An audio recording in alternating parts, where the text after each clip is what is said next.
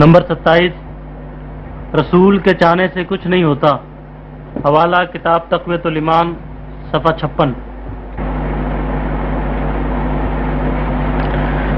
یہ تقویۃ الایمان وہی کتاب ہے، اور میں بڑے افسوس سے اتنی بات کہوں گا کہ اس کتاب کو دنیا بھر میں تقسیم کیا جا رہا ہے۔ اس میں 70 کے قریب کفریہ عبارتیں ہیں، بلکہ اب تو میں نے خود اپنی آنکھوں سے بھی یہ منظر دیکھا کہ حاجیوں کو مکہ مکرمہ میں اور مدینہ منورہ میں بھی یہ کتاب مفت تقسیم کی جا رہی ہے۔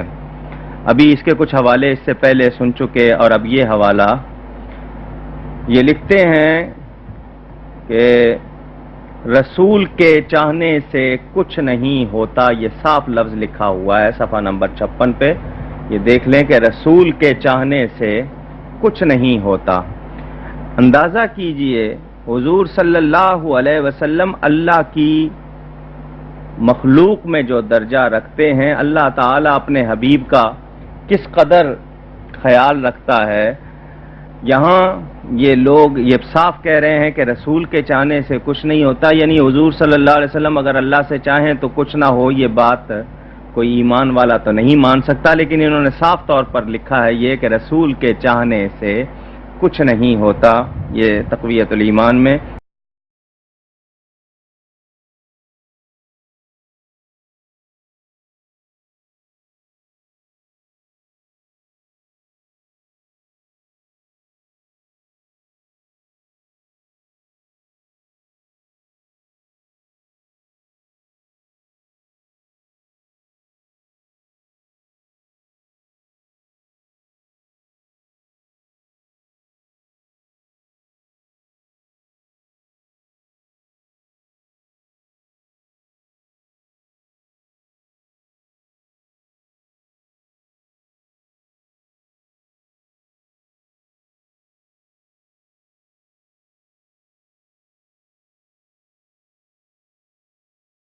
ٹائٹل ہے حکیم الامت عبد الماجد دریابادی صاحب کی کتاب ہے، لاہور سے چھپی ہوئی۔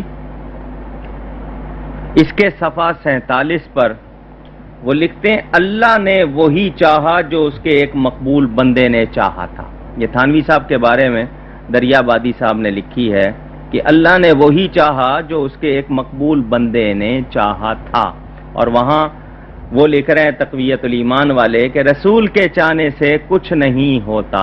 یہ دیکھ لیجئے اور یہ بھی فرق دیکھ لیجئے، اندازہ کر لیجئے ان لوگوں کے نزدیک علماء دیوبند کی تو حیثیت ہے یا ان کی کوئی قدر ہے، لیکن رسول اللہ صلی اللہ علیہ وسلم کی کوئی قدر نہیں ہے۔